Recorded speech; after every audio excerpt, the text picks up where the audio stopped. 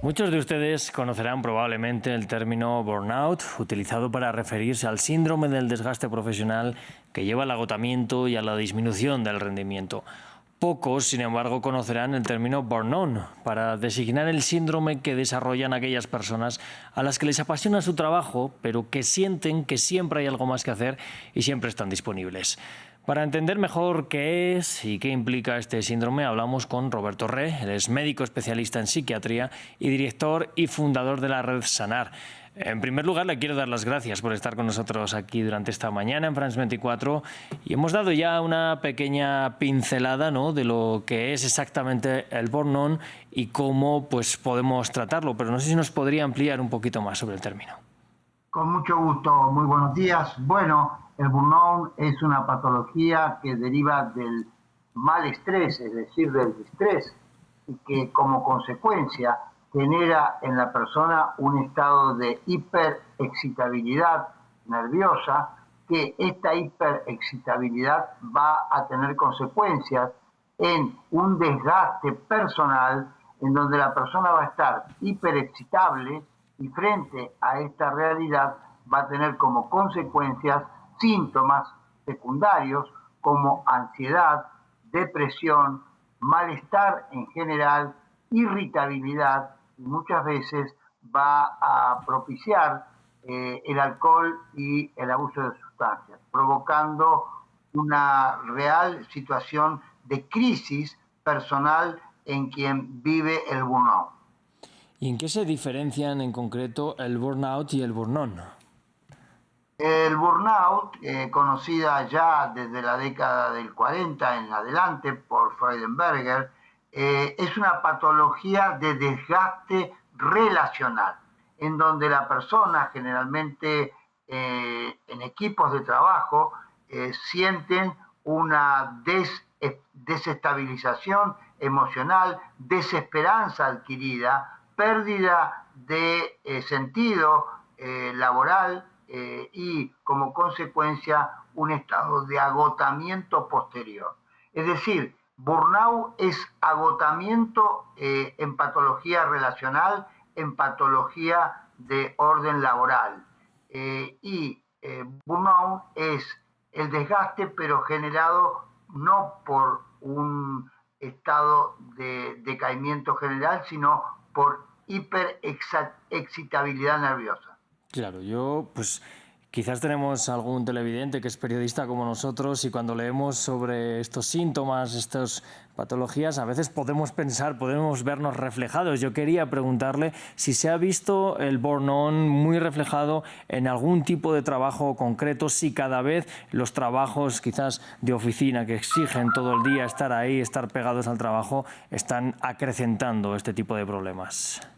Sí, cuanto más la cuestión laboral genere mayor nivel de tensión, de estrés, es decir, de distrés, va a generar como consecuencia un burnout. Es decir, aquellos trabajos como por ejemplo controladores aéreos, como pueden ser pilotos de líneas aéreas, personas que están en trading, es decir, en manejo de la bolsa, etcétera, estas personas que de alguna forma están siempre coqueteando con el estrés, es decir, con el mal estrés, son personas que pueden ser vulnerables al burnout. Y yo quería preguntarle qué podemos hacer para tratar este tipo de fenómenos. A priori podría parecer que una pausa del trabajo pues podría ser una solución, pero claro, luego hay que volver. Lo que no se conoce no se puede superar. Por lo tanto, en el caso del burnout, lo primero que tenemos que hacer es saber que la tensión generada muchas veces por dolores corporales en el cuello, la tensión nerviosa, la irritabilidad secundaria, los cuadros vinculados a la desesperanza adquirida pueden ser los primeros síntomas de burnout y que si de alguna forma esto no se puede diagnosticar, nunca se va a poder superar. Es decir, lo que no se conoce, lo que no se asume, nunca se va a poder redimir.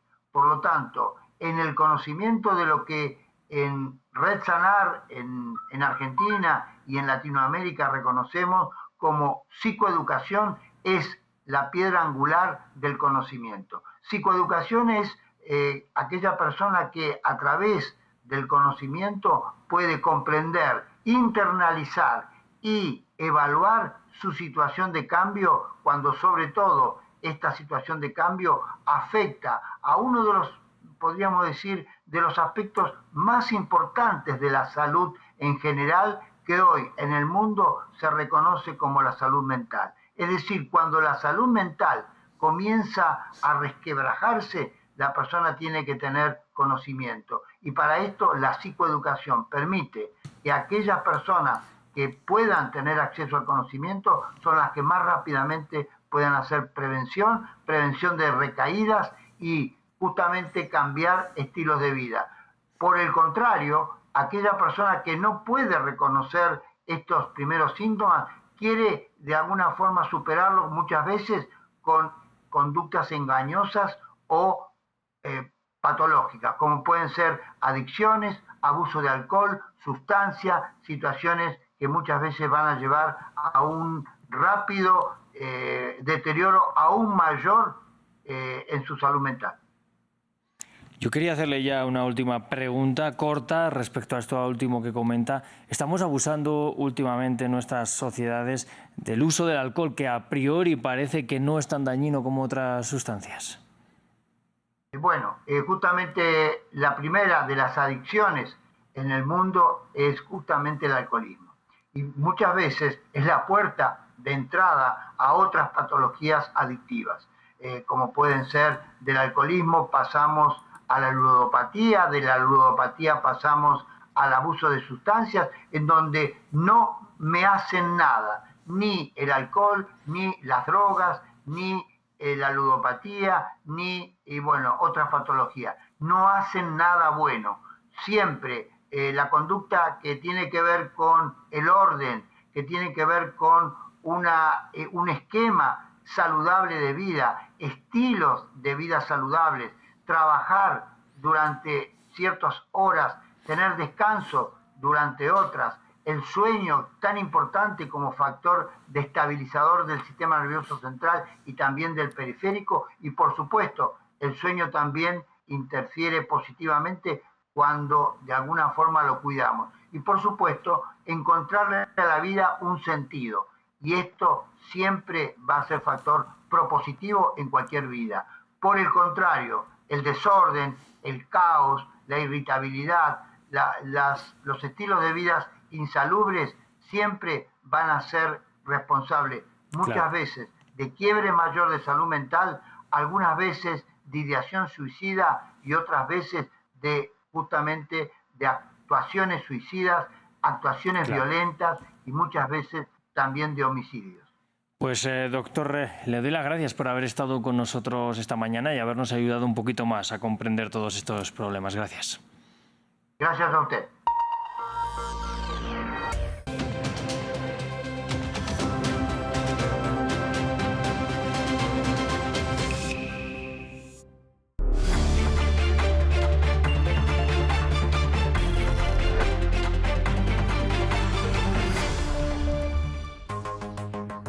José Raúl Mulino podrá seguir en la carrera por la presidencia de Panamá.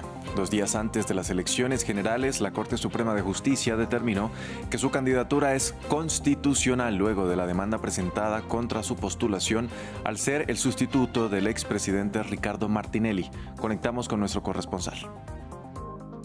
En Francia, las protestas universitarias en apoyo a los palestinos se salen de las instituciones educativas.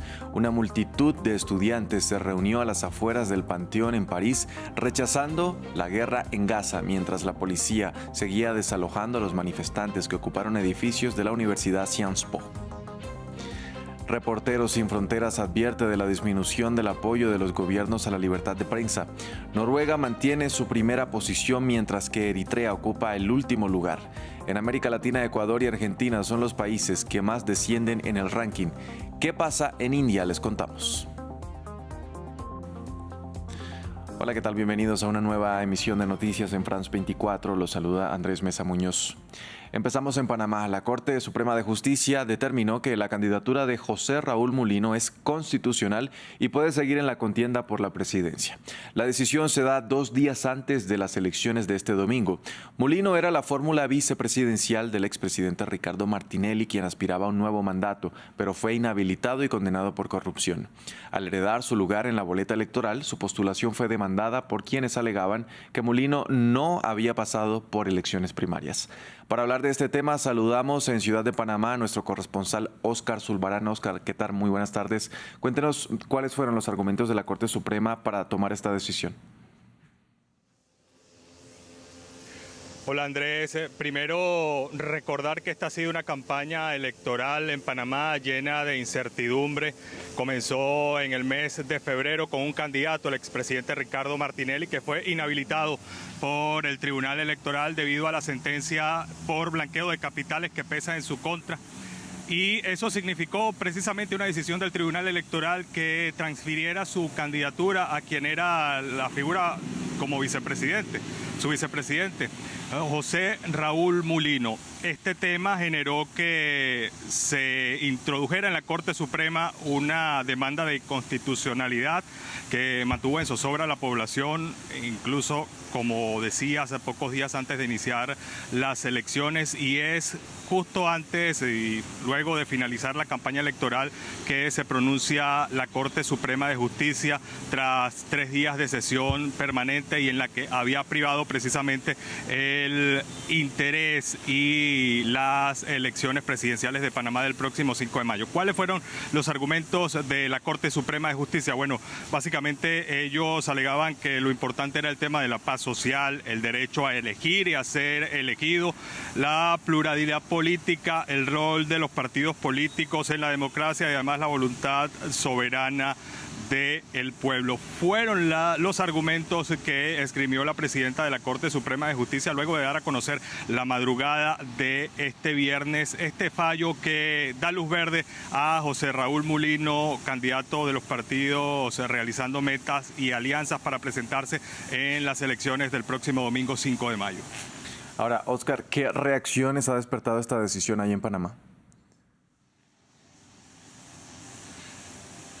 Bueno, esta decisión en principio ha tranquilizado a la población que estaba esperando precisamente un pronunciamiento de parte de la Corte Suprema de Justicia, pero también ha generado inconformidad de algunos sectores, algunos juristas que consideran que la Corte Suprema de Justicia ha actuado bajo presión y no le quedó otro camino que declarar no inconstitucional esta demanda que se había presentado en contra de la candidatura de José Raúl Mulino. Por su parte, el Tribunal Electoral dijo que una vez se ha pronunciado el máximo poder de justicia en el país, las cosas continúan tal cual como estaban previstos y se ha desplegado todo lo que tiene que ver con la logística para llevar a cabo las elecciones en Panamá. 3.004.000 panameños están convocados para que puedan ejercer su voto el próximo domingo 5 de mayo.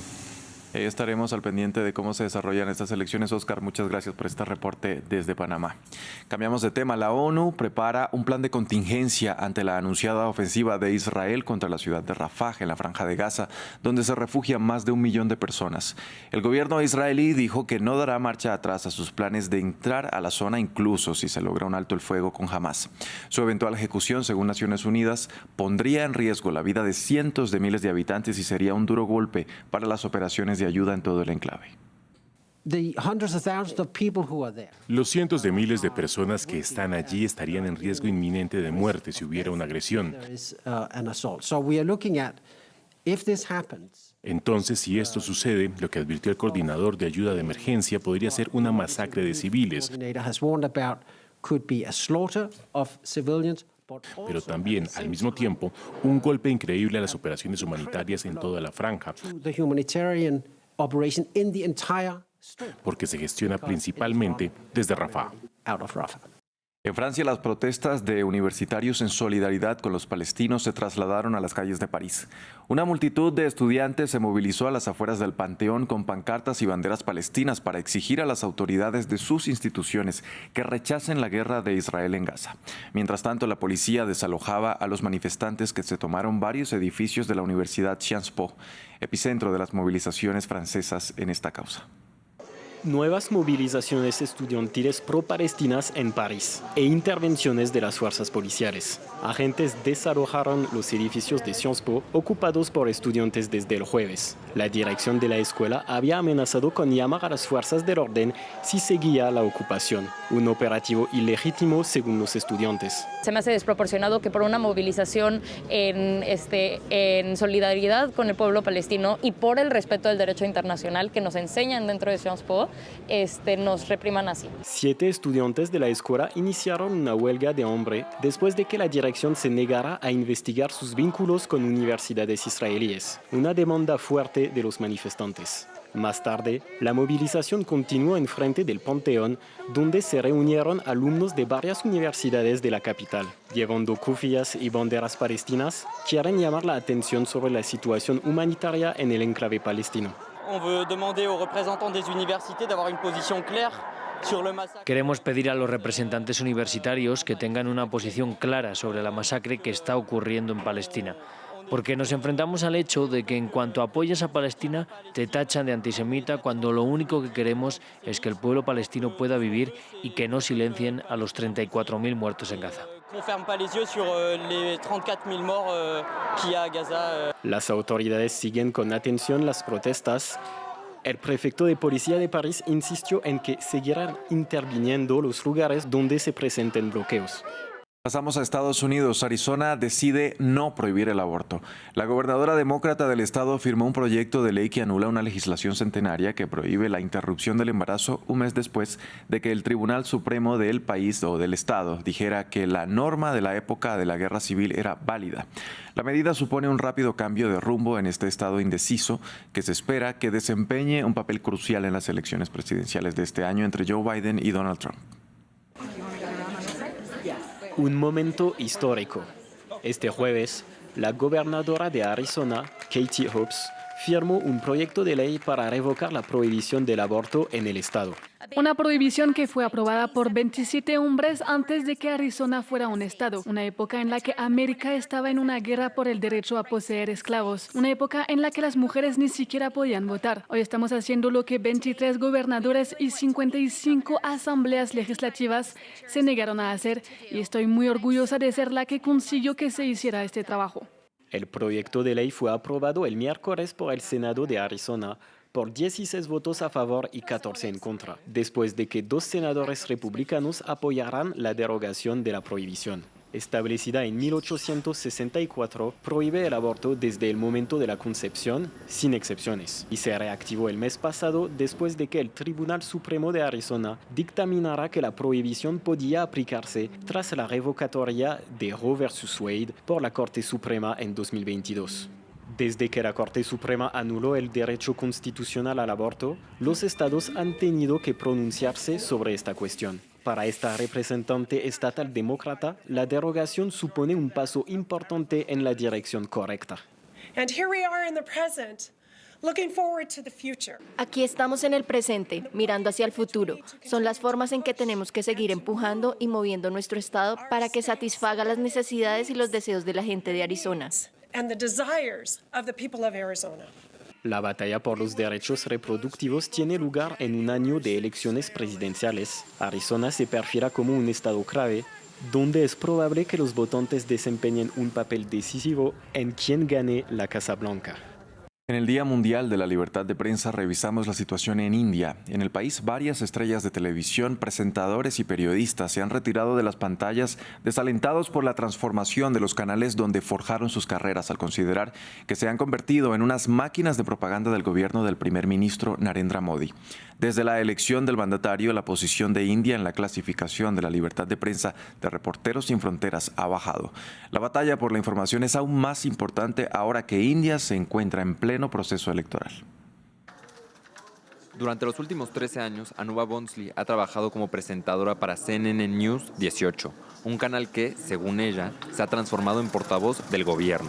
Hoy, lejos de los sets de televisión, esta periodista lanza su plataforma digital independiente de noticias. La reunión de la mañana no se centró en las noticias importantes.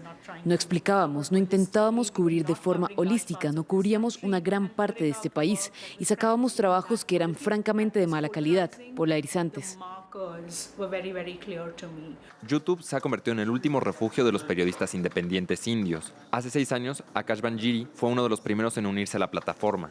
Con 4 millones de suscriptores, ofrece a diario análisis de las políticas del gobierno nacionalista hindú en el poder. Aunque Internet le concede una libertad de expresión única, no le protege de las posibles represalias del gobierno. El gobierno en realidad le tiene miedo al crecimiento de YouTube en la India. Para personas como nosotros, los abogados y contadores son nuestros mejores amigos, porque ahí es donde nos atacan primero. Es difícil que existan voces distintas, ya que la plataforma está inundada de medios progubernamentales. The Narrative Research Lab examinó 2.800 videos de YouTube de medios de comunicación indios en 2024, revelando una tendencia constante. La oposición política es sistemáticamente desacreditada para beneficiar al Partido Nacionalista Hindú de Narendra Modi. Con un video tras otro fueron construyendo su audiencia. Hoy algunos de ellos tienen, creo, hasta 10 millones de seguidores. Según los informes publicados por Google, en 2023, el gobierno indio solicitó el retiro de más de 3.500 videos de YouTube, alegando difamación y críticas al gobierno. El clima extremo sigue causando estragos alrededor del mundo. A continuación, hacemos un repaso por los países más afectados. El presidente de Kenia dice que el pronóstico meteorológico es nefasto a medida que se acerca un ciclón. El país ya se ha visto golpeado por las intensas lluvias que azotan el oriente de África desde hace semanas y que han causado la muerte de al menos 210 personas solo en Kenia. La situación es similar en el vecino Burundi, también azotado por lluvias que han causado fuertes inundaciones que ya han afectado a más de 32,000 personas, 500 de las cuales requieren asistencia urgente según la Agencia de la ONU para los Refugiados. De otro lado, en Brasil, a 31 subió el número de personas muertas por el mal clima en el estado de Rio Grande do Sul. Se teme que la cifra pueda aumentar mientras las autoridades trabajan en la búsqueda de al menos 70 personas que continúan desaparecidas y se pronostica que las precipitaciones continúen durante el fin de semana.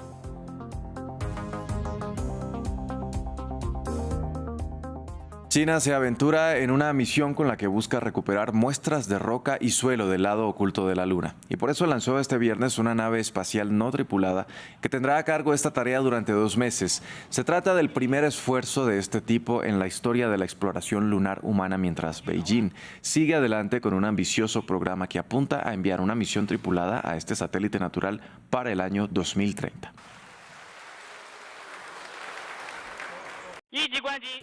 De esta manera despedimos este informativo en France 24. Gracias por acompañarnos, pero los invitamos a visitar nuestra página web www.france24.com para seguir con la actualización de nuestras noticias. Quédense con nosotros que en minutos regresamos con más información. Esto es France 24.